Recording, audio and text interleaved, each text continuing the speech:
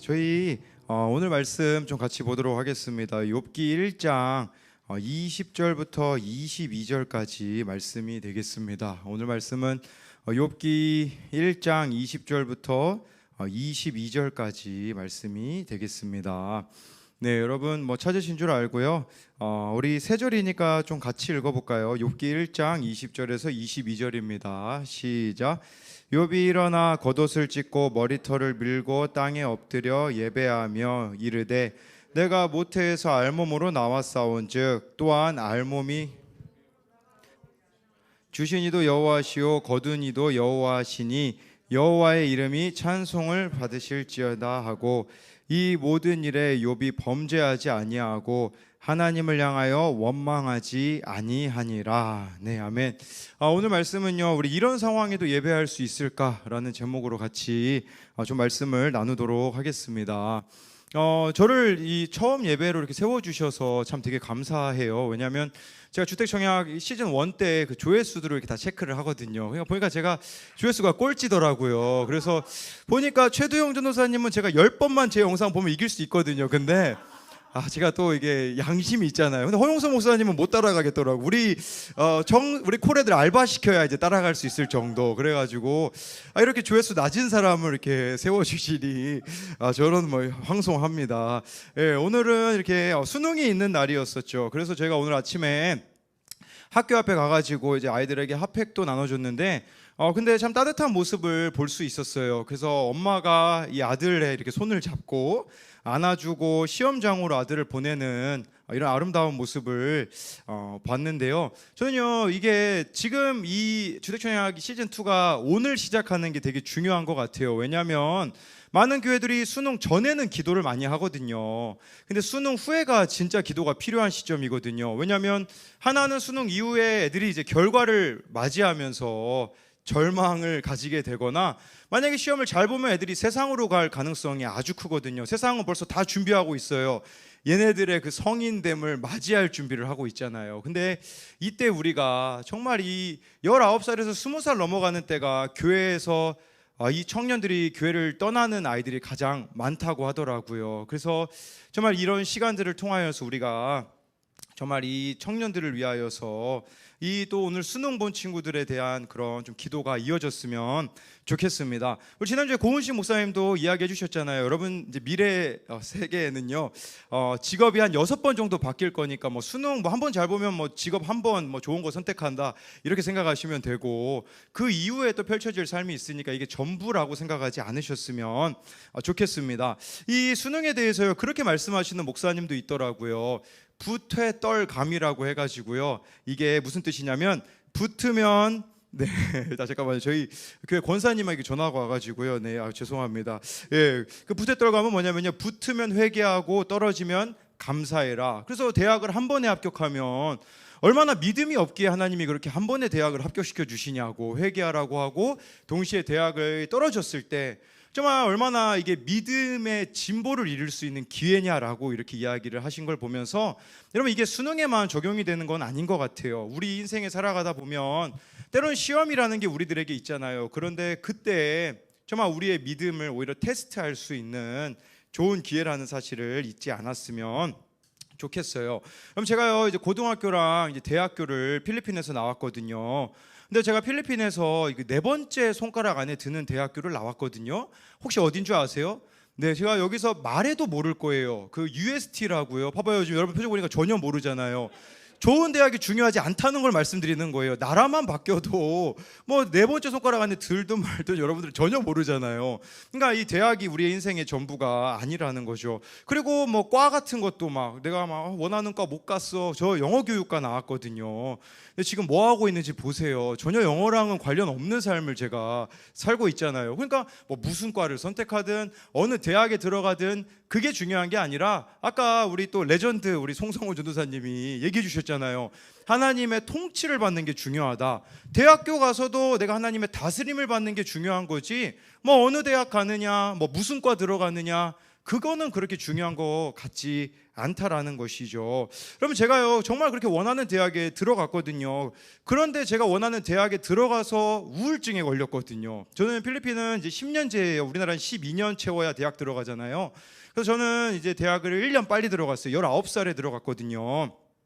정말 제가 원하는 대학에 들어갔는데 저를 기다리고 있었던 것은요, 뭐 대학 들어갔을 때 그 기분 좋은 거야 뭐 길어봤자 한 달이죠. 근데 정작 제가 대학에 들어가서 이제 혼자 자취하게 되어지고, 거기서 제가 깊은 공허함이 저를 오게 되었어요. 세상 그 무엇으로도 채울 수 없는 공허함이 찾아온 걸 보면서, 세상에서 아무리 성공해도 그게 나에게 참된 만족을 주는 것이 아니구나라는 생각을 하게 되었거든요.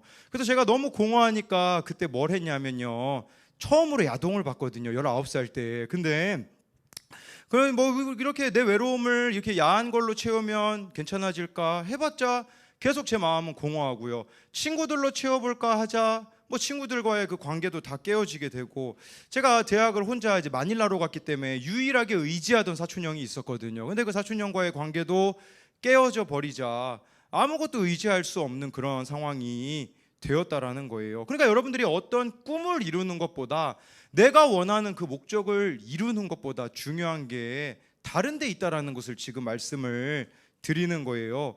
그때 제가 너무 이렇게 우울증이 심해가지고 자살하는 사람들의 그런 심정이 이해가 되더라고요. 제가 이제 5층에 살았거든요. 그러니까 그런 생각까지 하는 지경에 이르렀어요. 여기서 떨어지면 내 삶이 조금 편할 것 같은데, 왜냐면요 주말이 되면요 저는 그 건물에 혼자 남았거든요. 필리핀 애들은 다 자기 고향으로 주말에 내려가고, 저 혼자 얼마나 또 처절하냐면요, 저 혼자 원룸에 있다고 엘리베이터도 꺼놓으세요. 그럼 저 혼자서 그냥 혼자 건물에 남아서 밥도 막 스스로 해먹고, 빨래도 이게 그 손빨래 막 제가 하면 일주일에 몰아서 했거든요. 막 2시간씩 막 이렇게 손빨래하고, 참 외로운 시간들이 있었는데요. 근데 저 모태신앙이었거든요. 근데 이 모태신앙의 특징은 진짜 못하는 거죠. 그래서 저 같은 경우는 그 예배 기술은 있었어요. 여러분 이 교회 생활 한 10년 정도 하면 어떤 기술이 있는 줄 알아요?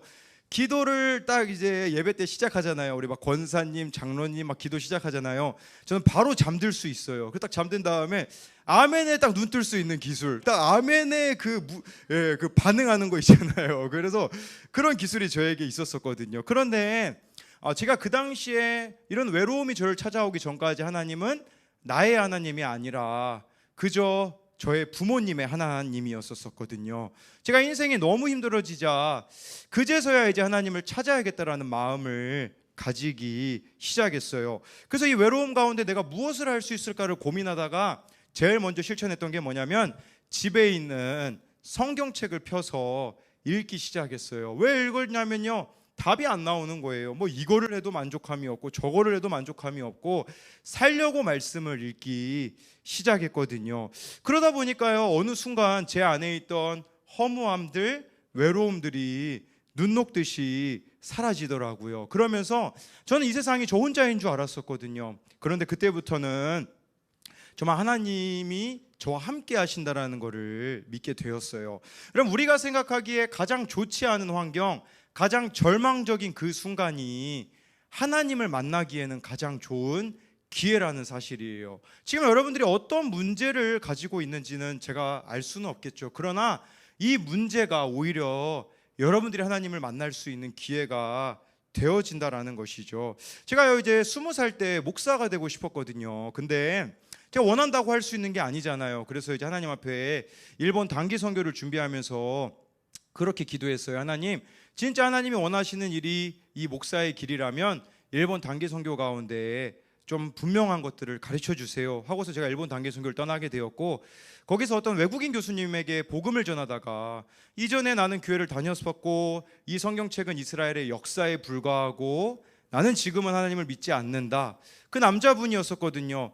그분의 말을 듣고 숙소로 와서 처음으로 남을 위해서 울기 시작했어요. 너무 그게 마음이 아픈 거예요. 이 사람에게 내가 해줄 수 있는 것은 없고, 그래가지고 이제 그것을 전 하나님이 저에게 주신 마음으로 가지고 처음 한 영혼에 대한 소중함을 알게 되어졌고, 그것이 전 하나님이 주신 이렇게 응답으로 여기고 이 길을 걸어오게 되었는데요. 근데 제가 이제 20살에 필리핀에 돌아와서 무슨 생각을 했냐면, 야, 이제 내가 목사가 되려면 어떻게 해야 될까? 이제 이걸 고민하기 시작했어요. 어떻게 하면 좋은 목사가 될 수 있을까? 그래서 여러분 지금 우리 여기 실시간 채팅에 참여. 강성환 목사님 오늘 얼굴에서 광채가 나요. 네, 감사합니다. 제가 지난번 주택청약 때는 돈이 없었잖아요, 그렇죠? 근데 오늘 좀 돈이 있거든요. 그래서 네, 하기오스 TV 보내드리겠습니다. 네, 네, 제가 오늘은 좀 돈이 있어요. 그래서 근데 여러분, 여러분들이 속한 그 단체 목사님, 전도사님 장점을 좀 여기다 한번 적어 주실래요? 자기가 속한 단체 또 교회 이 전도사님, 목사님의 장점을 적어 주시면 선물을 그 목사님, 그 전도사님이 드리도록 하겠습니다. 네, 그래서 네, 역시 주택청약은 치킨이다. 저 치킨 사준다고 말 안 했는데 저보고 지금 치킨을 사달라고. 네, 감사합니다. 네. 허용성 목사님은 피파를 잘하십니다. 네, 모퉁이돌 TV 허용성 목사님이 직접 쓰신 거 아니죠? 네, 네, 네, 우리 보니까 아니군요. 네, 직접 쓰셨습니다. 네, 네, 김도현은 뭐 잘생겼다. 네, 크로미는 뭐 빼빼로라고 써 있네요. 빼빼로는 뭐죠? 네, 모르겠습니다. 반응이 뭐 제가 이해할 수 없는. 네, 김도현 씨 그만하시고요. 예, 송성훈 전도사님은 진정한 남자입니다. 추위를 안 타요. 와, 예, 우리 교회에서 그렇게 추위 안 타는 남자를 허세남이라고 하거든요. 예, 여기도 한 명 있어요. 제가 허세남을 데리고 왔거든요. 제 옆자리에. 자전거를 막 타는데 장갑을 안 끼겠대요. 어제 밤 10시에 탔거든요. 목사님 저는 안 추워요. 막 이러는 거예요. 예. 누군지는 비밀입니다. 뭐 이런 게. 최두영 전도사님은 인자와 사랑이 넘치세요. 은혜로운 과학생활 분이 남겨주셨습니다. 이거 네, 지금 최두영 전도사님 직접 쓰신 거 아니죠? 네, 허용성 전도사님, 허용성 목사님 운전 잘하십니다. 네, 피파와 운전을 잘하시는. 네, 여기까지 하도록 하겠습니다. 네, 우리 목사님은 허용성 목사님 알아서 자기 거 자기가 채택하시면 되겠네요. 그렇죠? 우리 피파 네 잘한다는 거를. 근데요. 제가 이제 주택청약과 함께하는 분들 별명을 이제 최두영 전도사님이 저희들을 지어줬거든요. 한 사람 한 사람. 궁금하시죠? 허용석 목사님 별명은 뭐냐면요, 일수 허용석 이렇게 딱 지어주셨어요. 왜냐하면 대한민국 최고의 헌금설교 일수 허용석 목사님 이렇게 11조 안 하는 사람들 막 다 이제 11조를 네, 이렇게 하나님께 내게 만드는 우리 일수 허용석 목사님. 또 송성훈 전도사님은요. 예, 우리 또 이제 최동 전사님이 지어주셨는데 보이스피싱 송성훈 전도사라고 해서 성도들의 신금을 울리는 천국의 목소리 보이스피싱. 저도 이 보이스피싱에 관련된 게 있었거든요. 저희 아내한테 전화가 온 거예요. 그 보이스피싱에서 지금 계좌가 털렸다고, 빨리 그 계좌 비밀번호가 뭐냐고, 통장에 얼마 남았냐고 막 저에게 전화 온 거예요, 제 아내한테. 그래서 제 아내가 20만 원 남았어요 그랬거든요. 근데 거기서 끊어버리셨어요. 그래가지고 저 그런 경험이 한번, 보이스피싱도 저희를 긍휼히 여겼던 적이 네, 있었습니다. 우리 최두영 전도사님은 우리 허용서 목사님이 별명을 지어주셨어요. 배째 최두영 그러더니 뭐 이임엘 목사님이 피로 회복 최두영이라고, 예수님의 피로 회복시킨다. 그리고 이임엘 목사님은요, 우리 또 최동훈 전사님이 지어주셨는데요, 용접 이임엘 목사. 그래가지고요, 청소년과 하나님을 떨어지지 않게 이어주는, 뭐 저는 한 번 울면 놓지 않는 진돗개 강성광이라고 이렇게 지어주셔가지고, 제가 여러분들이 장점을 물어봤던 거는 제가 좋은 목사가 되겠다고 생각을 하니까, 그때 이제 일본을 갔다 와서 필리핀에서 코스타라는 게 있었거든요. 유학생들을 대상으로 이제 목사님들이 오셔서 설교를 해주시는데 저에게 문제가 생겼어요. 뭐냐면 저는 좋은 목사가 되려면 그 목사님들의 설교를 장점과 단점을 수첩에다 적기 시작하더라고요. 이 목사님은 이런 점이 좋네, 이 목사님은 이런 점이 좋지 않네. 그걸 적기 시작했어요. 말씀을 들어야 되는 거잖아요. 저는 좋은 목사가 되는 게 내가 어떤 노력을 해야 좋은 목사가 되는 줄 알았거든요. 그런데 그 코스타가 끝나고 한 달 뒤에 제가 무엇을 걸리게 되냐면 필리핀에서 모기를 물리게 되었어요. 그 댕게열이라고 해가지고요, 잘못 물리면 죽을 수도 있거든요. 그때 제가 이제 모기에 잘못 물려서 제가 태어나서 가장 얼굴이 하였던 적이 그때거든요. 이제 모든 막 핏기가 사라져가지고 이게 제가 온 힘이 빠져 있는 그 상태였었는데, 그때 제가 무엇을 깨닫게 되었냐면요, 진짜 좋은 목사가 되는 것은 내 힘을 빼면 되는구나라는 걸 깨닫게 되었어요.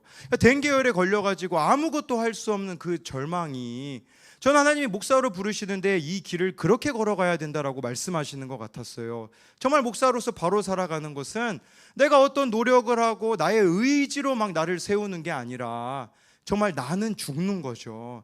내 안에 내가 사라질수록 하나님이 커지는, 그게 하나님만 드러나는 길이라는 것을 제가 깨닫게 되었거든요. 오늘 말씀해 보면요, 욥이 나와요. 여러분, 욥에게는요 아들이 7명, 딸이 3명이 있었대요. 총 10명이잖아요. 성경에서요, 구약에서 성경 이 숫자 중에 10이라는 숫자는요 완전 숫자예요. 이 욥의 가정이 정말 이상적이고 가장 아름다운 가정이었다라는 것을 말씀해 주고 있어요. 또 자녀를 많이 낳는 것은 그 당시 하나님의 축복이라고 여겨졌었거든요. 그런데 욥이 이 자녀들을 얼마나 사랑하고 하나님을 얼마나 사랑했는지 욥기 4장 1장 4절 5절에 보면요 이렇게 나와 있어요. 말씀을 제가 찾아서 읽어드리면요, 그의 아들들이 자기 생일에 각각 자기의 집에서 잔치를 베풀고 그의 누이 3명도 청하여 함께 먹고 마시더라. 그들이 차례대로 잔치를 끝내면 욥이 그들을 불러다가 성결하게 하되 아침에 일어나서 그들의 명수대로 번제를 드렸으니 이는 욥이 말하기를 혹시 내 아들들이 죄를 범하여 마음으로 하나님을 욕되게 하였을까 함이라. 욥의 행위가 항상 이러하였더라. 무슨 말이냐면요, 생일 잔치를 이 가족이 항상 벌였던 거예요. 10명이잖아요. 그러니까 10명이 항상 생일 잔치를 같이 하는데요, 한 사람 생일일 때마다. 그런데 욥은 무엇을 걱정하냐면 그 당시 뭐 잔치할 때 뭐 포도주도 마실 수 있었겠죠. 혹시 이거 잔치하다가 하나님의 이름을 욕되게 한 거 아니야? 얘네들 실수로라도 혹시 하나님이 기뻐하시지 않는 짓을 한 거 아니야? 라고 생각을 해가지고요, 잔치가 끝나면요 모든 자녀들을 데려다가 10명이잖아요 번제를 드렸대요. 여러분, 레위기 1장을 읽어보잖아요. 번제 드릴 수 있는 제물들이 있어요. 그 레위기 1장에 보면 수송아지, 근데 우리나라 말로는 수송아지인데요, 원어로 보면 수소예요. 소. 그리고 숫염소, 숫또 양, 그 다음에 좀 가난한 사람은 비둘기를 드릴 수 있었어요. 욥은 부자였거든요. 아마 욥은 소를 드렸을 거예요. 자녀들이, 여러분 근데요 10번 생일일 때마다 소를 드렸는데 이거를 계산한 분도 있더라고요. 제가 찾아보니까요, 이거 이명택 목사님이 쓰신 하나님 제게 왜 이러십니까를 보니까요 실제로 이거를 계산해 보셨어요. 2020년 경북 김천 지역 이 수송아지 시세를 알아보니까요, 작년 4월 거래가가 443만 원이었대요.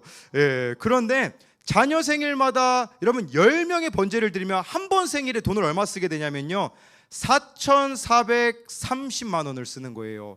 그런데 문제는 1년에 10번을 드리면 여기다 10을 곱하면요, 욥은 자녀들을 위해서 얼마를 돈을 썼냐면 1년에 4억 4,300만 원을 썼다라는 것이죠. 우리 교회 1년 예산보다 더 큰 재산을 이렇게 쓰셨는데요. 그런데요, 여러분, 이렇게까지 하나님의 관계를 욥은 신경 썼거든요.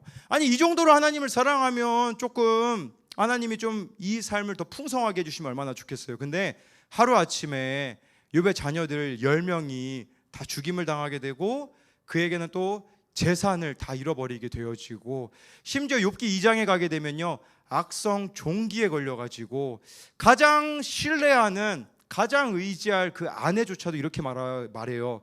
차라리 하나님을 욕하고 죽어버리라고까지 이야기를 하거든요. 근데 오늘 읽은 말씀은 그 상황에서 욥은 하나님 앞에 예배했다라고 말해주고 있어요. 여러분, 진짜 예배는 뭔지 아세요? 상황이나 환경의 영향을 받지 않는 거라는 거예요. 여러분, 진짜 우리의 신앙이 언제 빛을 발하게 되냐면요 고난을 만나게 될 때라는 것이죠.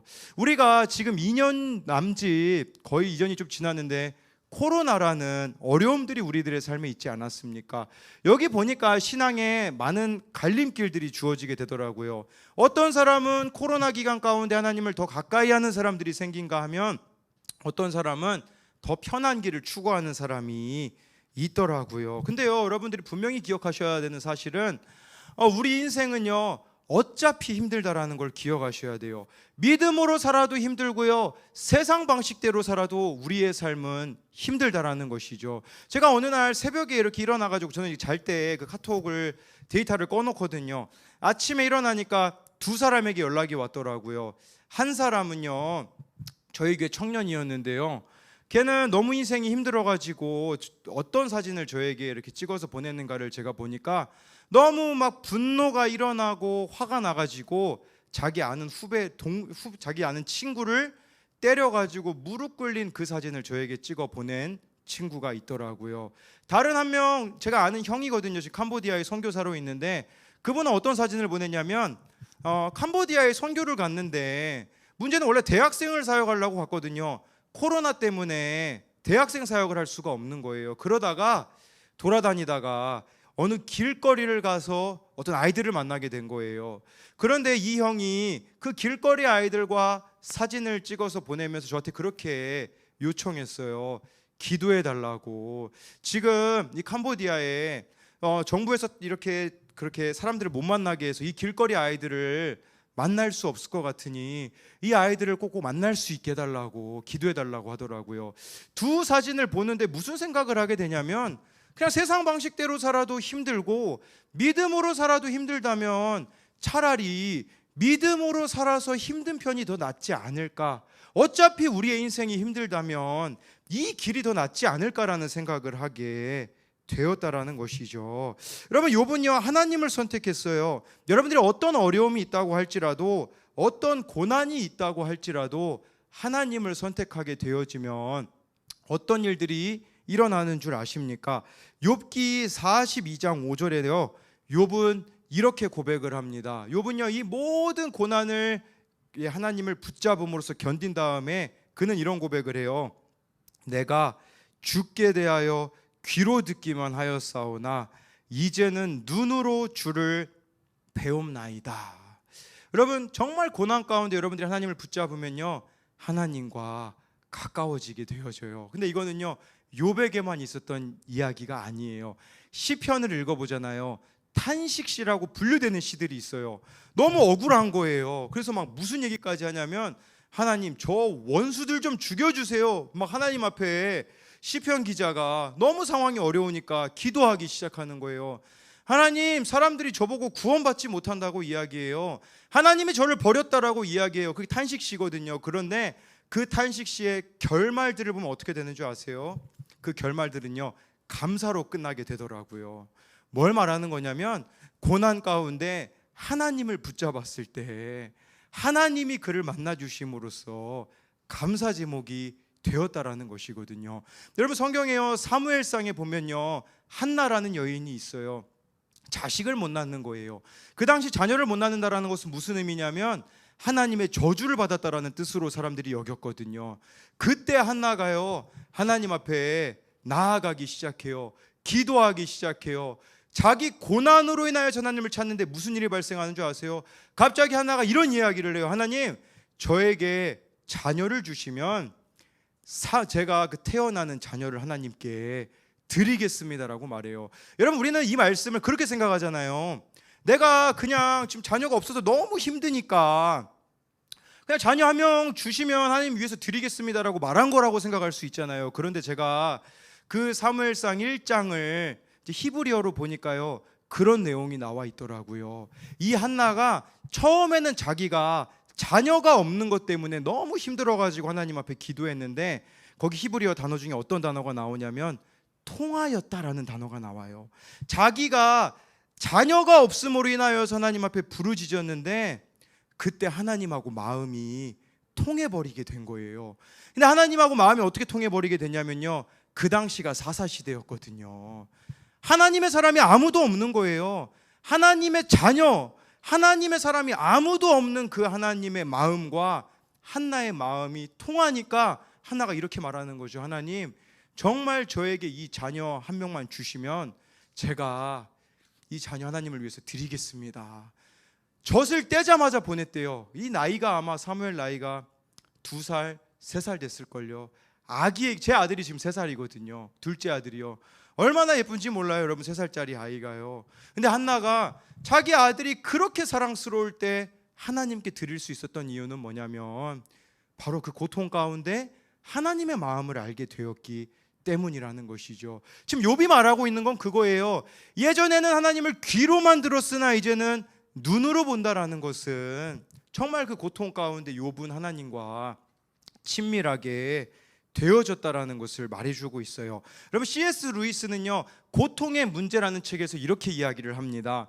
하나님은 쾌락 속에서 속삭이시고, 여러분들이 쾌락에 빠졌을 때는 속삭이신데요, 양심 속에서 말씀하시며, 그런데 하나님이 소리치실 때가 있는데 고통 속에서 소리치신다. 고통은 귀먹은 세상을 불러 깨우는 하나님의 메가폰이다 라고 이렇게 말해주고 있어요. 정말 여러분들이 고통 가운데 하나님 앞에 부르짖는다면 하나님은요, 그때 여러분들의 그 부름에 응답하신다라는 것을 말해주고 있다라는 거예요. 그러니까 여러분들이 어떤 고통이 있다고 할지라도 하나님을 믿음으로 선택한다면 첫 번째는 하나님과의 친밀함이 회복될 것이고요, 두 번째 여러분들의 삶에 벌어지는 일이 있거든요. 그 일은 무엇이냐면요, 16절 말씀을 읽어보겠습니다. 욥기 42장 16절이거든요. 여러분들 성경을 찾아보시면요, 이런 내용이 나와 있어요.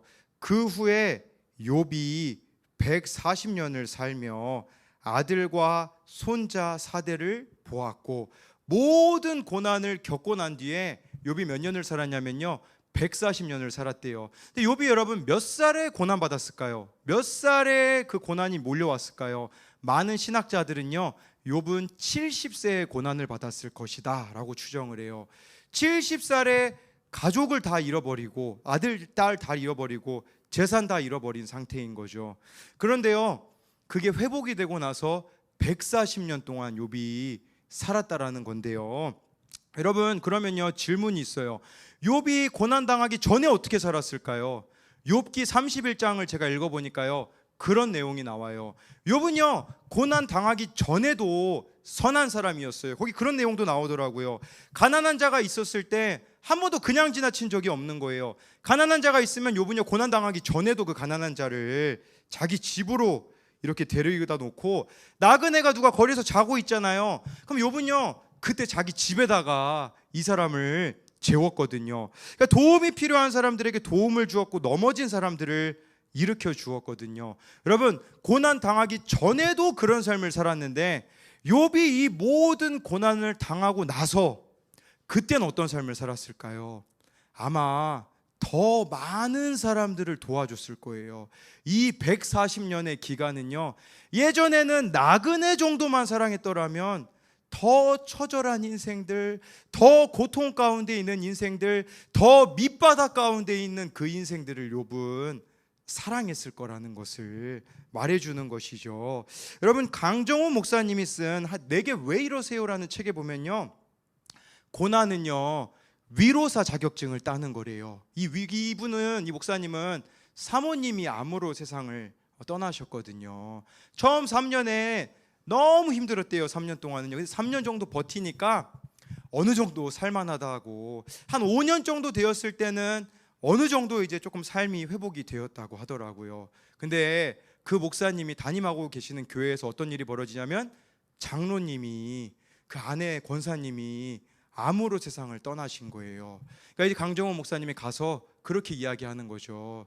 제가 동일한 경험을 했는데요, 우리 장로님 3년 정도 한번 참아보세요. 너무 힘들지만 3년 정도 참으면요, 조금 괜찮아질 거고요, 한 5년 정도 되면요, 저처럼 어느 정도 회복하실 수 있을 거예요 라고 말하면서 이 고난은 위로사 자격증을 따는 거라고 이야기를 하시더라고요. 그러면서 이런 이야기도 하세요.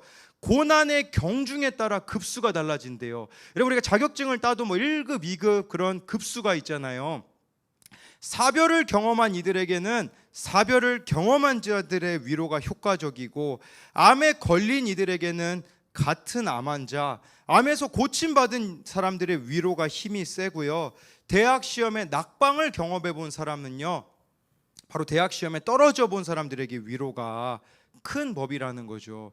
저를 왜 하나님이 청소년 사역자로 부르셨을까를 생각해 보니까 이유는 한 가지밖에 없더라고요. 제가 19살 청소년 나이 때 자살 충동을 느꼈던 것, 그게 전 하나님의 부르심이라고 생각이 되어지더라고요. 그러니까 이런 아이들의 마음이 그냥 이해가 되어지는 거예요. 자살 시도하는 애들, 공황장애 있는 아이들, 우울증 걸린 아이들은요, 제가 이미 겪어봤기 때문에 그 아픔이 얼마나 큰지를 알기 때문에 이런 아이들을 품을 수가 있는 것이죠. 제가 어제 그 다큐멘터리 미싱 유라는 걸 봤거든요. CGN TV에 보면요, 이게 어떤 내용이냐면 코로나 기간 동안에 선교사님이 세상을 떠나셨는데 그 남겨진 가족들의 이야기예요. 한 영상이 한 40분 정도가 되거든요.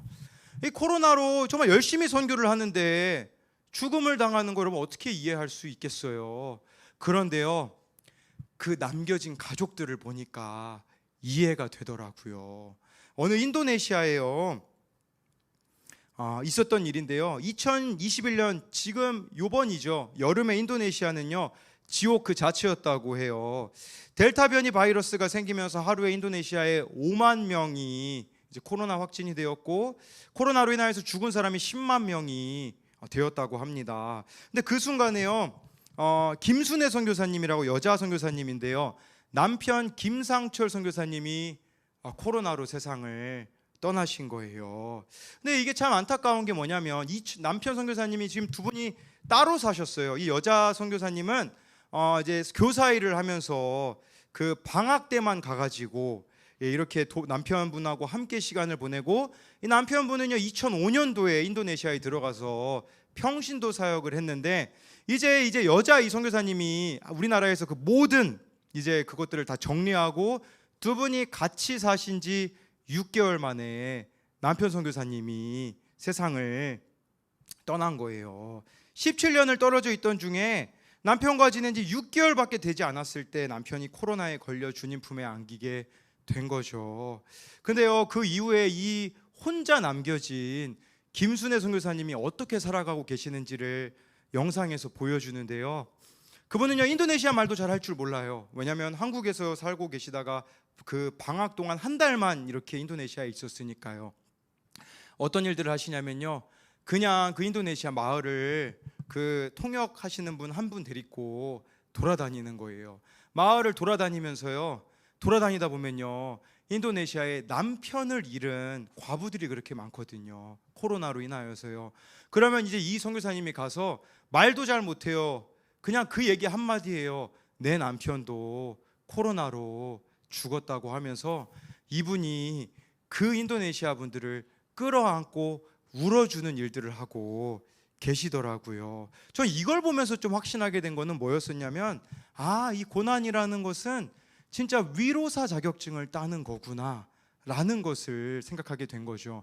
우리는 하나님이 부르셨다고 생각하면 뭔가 대단한 것들을 여러분들이 생각을 하시잖아요. 근데 진짜 하나님이 우리를 부르셨다라는 것은 누구에 대한 부르심인지를 생각해 봐야 되는 거죠. 사람을 향한 부르심이잖아요. 사람을 낚는 어부가 되라고 베드로를 부르셨잖아요. 사람들의 어부가 되라는 뜻이거든요, 헬라어로 보면요. 그러면 여러분들이 그 사람들하고 공감하기 위하여서 우리들에게 필요한 것은 무엇이겠습니까? 고난이라는 것이죠. 이 고난만큼 그 영혼을 헤아리는데 좋은 게 없다라는 것을 보여주는 것이겠죠. 여러분, 제가 하고 있는 이 사역들을 돌아보게 되니까요, 다 고난에서부터 시작되었더라고요. 제가 맡겨진 이 아이들이 고난을 느끼는 거에서 함께 나도 어떻게 이 고난을 짊어질까부터 시작하게 되었어요. 지금 이제 학교 앞에, 중고등학교 앞에 간 지가 거의 한 4년이 넘었거든요. 원래 시작하게 된 거는 뭐였었냐면, 지금 청년이 되는데 얘가 청소년 때 저한테 와가지고 항의를 했어요. 무슨 항의를 했냐면, 전도사님, 그때 전도사였거든요. 학교 가면 애들이 다 게임 얘기를 하는데 저는 게임을 못해요. 그리고 학교 다니는 애들 중에 예수님을 믿는다고 하는데, 그때 무슨 일이 있었냐면 롯데월드가 할인할 때였거든요. 주일날 이니셜 2개 들어가면 막 50% 할인인 거 기억나시죠? 근데 얘가 2개 들어간 거예요. 그래서 나는 이 주일날 정말 롯데월드를 가고 싶은 거예요. 문제는 뭐냐면 얘네 아버지가 우리 교회 안수 집사님이거든요. 열심히 특심인 분이라 안 돼! 그래가지고 얘가 이해를 못하는 거예요. 아니 우리 교회가 아니라 우리 학교에 다른 애들 예수님 믿는 애들은, 아니 부모님이 그냥 롯데월드 하러 갔다 오라고 주일날인데도 하는데 왜 나는 안 될까요? 라고 이렇게 얘기를 해서, 그래서 제가 무슨 생각을 하게 됐냐면, 이제 이 아이들이 학교에서 게임 얘기 그만하고 왕따 그만 시키고 예수님 믿는 애들끼리 좀 예수님 얘기해 줄 수 있도록 해줘야겠다. 그 기도 모임을 세워야겠다라는 마음이 들었거든요. 그래가지고요, 친구 초청 잔치를 계획했어요. 그 친구 초청 잔치가. 근데 원래 친구 초청 잔치는 그 불신자들만 초대하는 거잖아요. 저희는 다른 교회 가가지고도 막 이렇게 홍보를 했어요. 왜 그러냐면 제가 막 이러면 또 신천지처럼 이렇게 막 뺏어오는 뭐 그런 능력도 없어요. 저는요. 뭐 제가 오라고 해서 오는 것도 아니고. 왜 제가 다른 교회 가가지고 얘기했냐면 서로 같은 학교 애들끼리 친해져서 기도 모임 만들라고. 그러면 이제 홍보를 하러 가야 되잖아요. 이제 우리 교회 애들 막 데리고 막 가는 거예요. 근데 저희 교회 애들이 또 교회를 처음 다닌 애들이 대부분이다. 막 홍보하러 갔다가 막 어떤 애랑 막 싸우는 거예요. 막 어떤 애가 나는 불교야 그랬더니 너는 막 도를 믿냐 막 그러면서 얘가 막 싸워가지고 민망했던 적이 있어요. 옛날에 막 페이스북에 그런 거 있거든요. 막 그 온양의 뭐 대신 막 고백해 드립니다. 막 그런 데다가 어떤 애가 올린 거예요. 막 어떤 애가 막 학교 앞에 전도하러 왔는데 저보고 돌을 믿느냐고 했어요. 막 악플 달리고. 그럼 저는 막 거기 그 작성자에게 운영자에게 저거 좀 지워주세요. 그렇게 막 이렇게 얘기해가지고 뭐 그런 적도 있어요. 그런데 아까 그 롯데월드 못 가는 애 있잖아요. 얘랑 어느 날은 둘만 학교 홍보를 가게 된 거예요. 그 둘만. 얘는 근데 막 같이 홍보 갔을 때 막 이렇게 쭈삣쭈삣대고. 왜냐면 걔네 아빠랑 같이 갔거든요. 걔네 아빠가 아유 저거 왜 가서 나눠주지도 못하냐 막 그래가지고 저랑 1대1로 있을 때. 근데 얘가 막 되게 소극적이었었거든요. 근데 그날은 저한테 그렇게 얘기하는 거예요. 전도사님, 덩치가 커 보이는 애들은 전도사님이 맡으시고 약해 보이는 애들, 여자애들은 제가 맡을게요. 그러더니 나오는 애들한테 갑자기 얘가 당당하게 그걸 나눠주는 거예요. 좀 이상하잖아요. 얘가 갑자기 무슨 일이 있던 거지? 근데 저희가 그 애가 저한테 그런 얘기를 해주더라고요. 자기 아는 친구가 있는데 어머니가 돌아가셨대요. 근데 장례식장을 얘가 못 간 거예요. 장례식장을 못 갔는데 너무 그 친구에 대해서 미안한 마음이 있는 거죠. 그래가지고 이 친구를 찾아가가지고 얘가 그렇게 얘기했어요. 우리 교회에서 친구 초청잔치라는 걸 하는데 나는 네가 여기 하루라도 와서 좀 웃었으면 좋겠다라고 하자 그 엄마를 잃은 아이가 그 자리에서 펑펑 울었다고 해요. 그러니까 예수님 믿는 거를 부끄러워하던 우리 교회 그 아이가 무슨 마음을 가지게 됐냐면, 야 이거 내가 한 번 쪽팔려 가지고 예수님 전할 수 있다면, 누군가가 살아날 수 있다면 그거 내가 해야겠다 해가지고요, 이 애가 그날 가가지고 그렇게 한 거예요. 그 모습 보고서는 저도 도전을 받게 되어지고 지금까지 그게 저의 사역으로 이어지게 되었다라는 것이죠. 지금 술집거리를 이제 토요일마다 저희가 가고 있거든요. 이 술집거리 가게 된 것도요, 여러분 뭐 저는요 그 트리플 A형은 아니지만 B형이긴 하지만요, 저는 뭐 그런 거 별로 잘 못해요, 여러분. 그래서 막 나가서 막 전도하는 거 그거 저랑 정말 안 맞는 옷이거든요. 예, 막 지금도 전도 매주 나가거든요. 초등학교 앞도 가고 중고등학교 앞도 가고 온양온천역도 가고. 근데 아직도 못 하겠어요. 지난주에 제 아내랑 이렇게 전도하러 저희는 시장 한가운데 가가지고 막 상인분들한테 예수님 전하는데 아내가 잠깐 돈을 찾겠대요. 이제 요구르트를 사서 시장분들에게 드린다고. 근데 저보고 혼자 전도하고 있으래요. 제가 어떻게 했을까요? 아내랑 함께 농협으로 들어갔어요.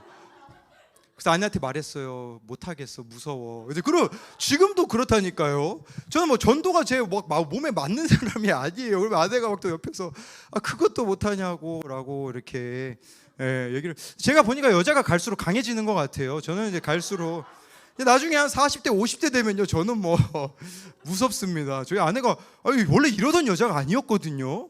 근데 요새 너무 무서워요. 막 그래서 이렇게 자고 있는 게 아내도 제일 예뻐요. 그래서 뭐 아무튼 뭐 이런 제가 이렇게 시간들을 보내고 있는데, 그래서 지금 토요일마다 술집거리도 가는 게 금요일 날, 제가 저 술집거리 가기 싫거든요. 거기 보면 괜히 막 우리 교회 애들 만나면 되게 뻘쭘하거든요. 그럼 막 서로가 부끄럽잖아요. 막 거기 술집거리에서 목사님 막 이러면 걔도 쪽팔리고 저도 쪽팔린 거잖아요. 그래서 저는 막 가기가 너무 싫고, 거기 가보면 좀 무서운 이렇게 형들이, 다 동생들이긴 하지만 그런 분들이 좀 많아가지고 저는 불편하단 말이에요.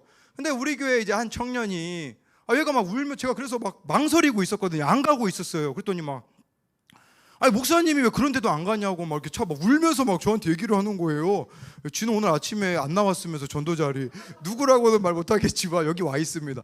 그런데 그 얘가 막 울면서 차에서 그렇게 얘기하는 거예요. 목사님, 저 같이 기도 모임 고등학교 때 했잖아요. 근데 이 친구들 중에 보면 지금 세상에 가가지고 애들이 술 사진 그렇게 많이 올려요, 목사님. 이 술집 거리에 지금 기도 모임 하고 있는 애들도 방황하고 있는데 정말 한 명이라도 이 아이를 내가 여기를 지나다니다가 만나서 정말 그 친구를 예수님을 전할 수 있다면 그거 해야 되지 않겠냐. 그래서 처음에 저희가 했던 건 뭐냐면 그 술집 거리에서 이렇게 찬양을 했거든요. 그것도 찬양도 제가 얘기했잖아요. 전 대범한 성격이 아니라 조금 이렇게 놀이터에 살짝 거리가 떨어진 데서 저희들끼리 이렇게 모여서 찬양하다 경찰이 출동해가지고 쫓겨나가지고 다른 방법 찾은 게 이제 걸어다니면서 이제 아는 사람 만나면 이제 저희들이 또 그 인스타로 DM을 보내가지고 예수님을 전하고 있거든요. 그러니까 뭘 말씀드리고자 하는 거냐면 아픔을 느끼는 포인트가 결국은 사명이 된다라는 부분들을 여러분들에게 지금 말씀을 드리고 있는 것이죠. 네, 혹시 좀 반주 좀 해줄 수 있을까요? 저희 교회에 그 이제 뭐 거의 다 왔습니다, 여러분.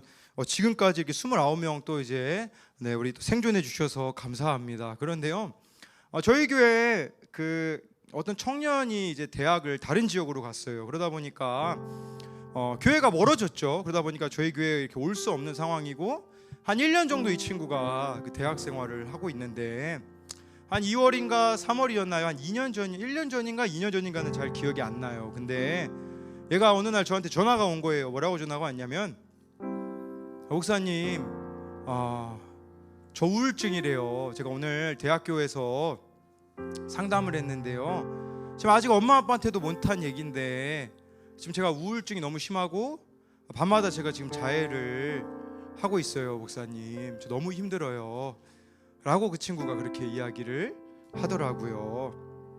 그래서 이 친구가 그 모든 것들을 다 이렇게 정리하고 이제 아산으로 와서 이제 저는 밤마다 그 친구를 만나러 가는 거예요. 일주일에 한 3번, 4번 가서 그 친구의 그런 이야기들을 들어주고 이 친구가 마음이 많이 상했더라고요. 보면 이제 하나님은 더 이상 계시는 것 같지 않아요, 목사님. 하나님이 계시면 저한테 왜 이런 일이 벌어지나요? 그런 얘기를 이 친구가 하더라고요. 그런데 그래서 그 친구들을 계속 만나고 있는데 어느 날 밤 11시에 제가 딱 이제 잠자리에 드는데 전화가 왔어요. 그 친구에게 뭐라고 전화가 왔냐면 얘가 술 먹어가지고 저한테 그렇게 전화하는 거예요. 목사님, 아니 진짜 어떻게 예수님은 제 고통 모를걸요? 이 친구가 정말 그런 아픔이 있거든요. 저도 이해가 되어지는. 그러면서 마지막에 그렇게 얘기하더라고요. 목사님, 그동안 감사했어요.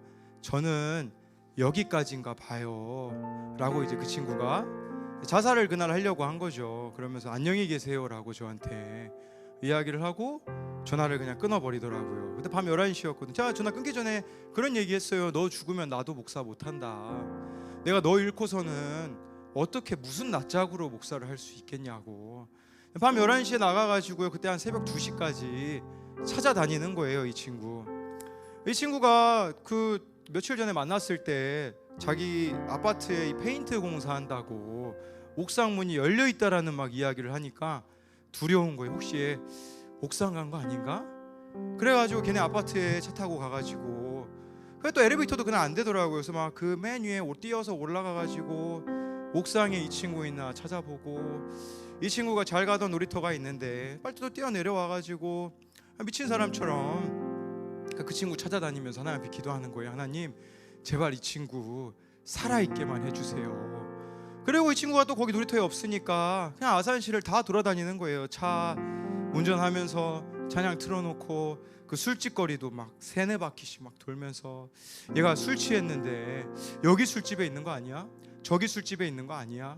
그러면서 이렇게 찾아다니고 2시부터는 이제 저희 청년하고 이제 교대를 해가지고 얘네가 이제 2명이 밤새 찾아다니다가 결국 나중에 경찰한테 위치 추적을 해가지고 알고 보니까 너무 감사하게도요 만취를 해가지고 얘가요 자살하려고 하다가 친구 집에 가 있다는 걸 알게 돼서 얼마나 감사했는지 몰라요. 그런데요 그날 다른 친구에게 저한테 연락이 오더라고요. 얘도 우울증이 있는 애거든요. 얘는 군대 갔다가 우울증이 너무 심해가지고 나온 애거든요. 저한테는 집에서도 사랑을 못 받는 애예요. 아빠도 그냥 얘가 저한테 그런 얘기 하더라고요. 목사님, 저 카페 갔는데 저희 아빠가 다른 여자랑 있더라고요. 뭐 그런 얘기부터 해서 항상 부모님한테 얘가 듣는 얘기는 뭐냐면 야, 너 같은 거 없어져야 된다고, 쓸모없다고. 얘가 또 저한테 그날 연락이 와서 그날 저녁에 가서 이 군대에서 나온 이 친구를 제일 먼저 만났죠. 그래서 이 아이를 안아주고, 그래도 우리 한번 어떻게 살아보자고 그렇게 하고서는 오는 길에 어제 그 자살 시도했던 애가 생각이 나는 거예요. 고민을 하게 되는 거죠. 어떻게 하면 이 아이 조금 기쁘게 해줄까? 얘가 지금 자살을 시도하는 거는 상처가 크기 때문이잖아요. 그런 생각이 들더라고요. 그러면 이제는 이 친구가 상처를 이길 수 있게 좋은 추억들을 만들어주면 되겠다, 그 생각이 들어가지고요, 파리바게트에 들러가지고 케이크를 이렇게 사는 거예요. 케이크를 사가지고 초를 하나 딱 이렇게 하나만 딱 1살짜리 딱 이거를 들고서는 무작정 걔네 집에 찾아갔어요. 어제 자살 시도했던 그 아이 집에. 저는 안 받더라고요. 근데 나중에 어차피 전 쳐들어갈 수 있으니까 그냥 들어갔거든요. 들어가자마자 불을 다 끄고 이제 초를 하나 꽂고 불을 붙여주고서는 얘 생일 축하를 해줬어요. 막 저희랑 어떤 다른 청년하고 같이 갔거든요. 그래서 초를 이렇게 하나를 꽂고서는 생일 축하합니다, 생일 축하합니다 이렇게 노래 불러주고서는 그런 얘기를 해줬어요. 오늘이 1년 전에 네가 나한테 정말 주고 싶다고 말한 날이지 않냐. 1년 동안 살아줘서 고맙다고, 1년 동안 네가 어려웠지만 잘 버텨줘서 고맙다고. 이제는 아픈 일들보다 우리 함께 좋은 일들 더 많이 만들어 가자라고 하고 불라고 빨리 막 그랬더니 그 친구가 이렇게 불더니 남자 셋이 여러분 우는 거 본 적 있어요? 제가 데리고 간 청년 등치가 이만하거든요. 막 껴안고 우는 거예요. 막 그래서 저도 걔도 껴안고 저도 끌어안고 울고. 이 친구가 그제서야 좀 마음이 풀렸나 봐요. 지금 살아 있거든요. 여러분, 뭘 말씀드리는 건지 알겠죠? 여러분들이 고난을 당해야 그런 사람들의 마음이 헤아려지고 그 사람의 아픔이 나에게 전해지는 게 아니겠어요? 제가 금요일마다 산기도를 가거든요. 제가 또 말했잖아요. 저는 이렇게 소심하다고. 산기도도 무서운 거예요.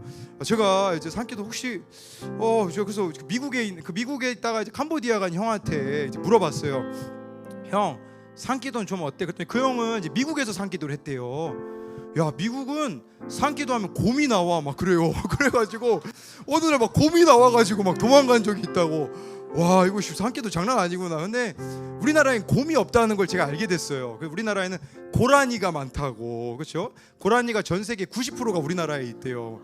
그래서 요 고라니 정도는 내가 좀 참을 수 있겠다 싶어가지고 어느 한 청년을 데리고서는 금요일 밤마다 산기도를 지금 가고 있거든요. 밤 한 10시 11시에 가서 한 새벽 1-2시까지 그 꼭대기에 올라가가지고 12시가 되면 딱 불이 꺼져요. 근데 가끔 저희들이 한번 놀란 적이 있어요. 저희가 이렇게 산기도 하다가 저 막 방언으로 막 기도하고 있었거든요. 근데 어떤 아저씨가 막 지나가는 거 귀신인 줄 알았거든요. 알고 보니까 그때 등산하시는 분이더라고요. 아마 그 사람이 저 미친 사람인 줄 알 거예요. 막 방언으로 막 기도하고 있으니까. 근데 저희들이 왜 산기도를 가기 시작했냐면요, 어떤 청년이 자기가 아는 친구가 자살을 했거든요. 제가 죄책감이 너무 큰 거예요. 정말 내가 이 친구에게 예수님을 전했다면 살 수 있었을 텐데. 그래서 제가 그 친구에게 그렇게 얘기했죠. 그러면 이제부터는 우리 이런 일 다시 생기지 않게 하자. 이 아산시에 있는 청소년들, 아산시에 있는 청년들, 다시는 이런 일 생기지 않도록 우리가 금요일 밤마다 산에 가서 이 아산시 청년들을 위해서, 청소년들을 위해서 우리 같이 기도하자. 그래서 저희가 밤에 가서 기도를 하고 있는 거거든요. 에스겔 47장 12절에 이런 말씀이 있어요. 강 좌우가에는 각종 먹을 과실나무가 자라서 그 잎이 시들지 아니하며 열매가 끊이지 아니하고 달마다 새 열매를 맺으리니 그 물이 성소를 통하여 나옴이라. 그 열매는 먹을 만하고 그 잎사귀는 약재료가 되리라. 그 잎사귀는 약재료가 되리라. 이 말씀이 어떤 의미냐면 여러분들에게 있는 이 고난은 누군가를 살려낼 수 있는 약재료가 된다라는 말입니다. 그렇기 때문에 고난이 우리 삶에 찾아왔을 때 그게 하나님이 우리를 부르고 계시는 거예요. 저는요, 힘든 일이 생기면요, 옛날에는요 그런 생각도 했어요. 나 하나님이 버렸다고 생각도 하고, 나 하나님한테 저주받은 거 아니야, 뭐 이런 생각도 했거든요. 대인기피증까지 올 정도로 우리 애들이 저를 힘들게 했거든요. 그럴 때면 내가 있어봤자 뭐해, 이 애들 교회 5, 6년 다녀봤자 자기들끼리 다 세상에 가서 술 모임이나 만들고 전혀 변화되지 않는데 내가 여기 있어봤자 뭐해라는 생각이 제 안에 왜 없었겠습니까? 그러나 지금은요, 힘든 일이 닥칠 때마다 이런 생각을 하게 되어져요. 뭐냐면, 하나님이 나를 부르고 계시구나. 지금 누군가는 아파하고 이 부분에 대하여서 아파하고 있기에 나에게 기도하라고, 나에게 사랑해내라고 우리 주님께서 부르고 계시는구나 라는 생각으로 바뀌게 되어지더라고요. 여러분, 어떤 상황이든 어떤 환경이든 어떤 고난이든 하나님을 붙잡으십시오. 그러면요, 이 고난은 다른 사람들의 마음을 여는 약재료가 되어지고 다른 사람들을 살려내는 약재료가 되어서 하나님이 여러분들의 삶을 통하여서 열매를 맺으실 겁니다. 여러분들의 삶을 통하여서요, 저를 보세요. 19살 때 자살 충동이나 느끼던 그런 이런 허무한 인생도 하나님이 만나주시면요, 이런 일들을 가능하게 하시잖아요. 제 자랑하는 게 아니라 여러분들도 가능하다라는 말이에요. 정말 여러분들도 하나님을 붙잡고 나아갈 때에 무기력해질 때, 그때 여러분들이 더 믿음으로 하나님 앞에 나아간다면 하나님은요, 물론 시간이라는 게 필요하겠죠. 해석이 안 되어지는 것 같은 그런 어려움들도 있겠죠. 그러나 끝은 반드시 아름답다라는 거. 구약 성경에요, 형통이라는 단어는요, 끝이 아름답다라는 뜻이에요. 여러분, 요셉의 삶이 형통했대요. 이걸 기억하셔야 돼요. 요셉의 13년 동안 하나님이 버린 것 같았잖아요. 그러나 그의 끝은 형통한 그 인생, 여러분들의 인생이 되시기를 소망합니다.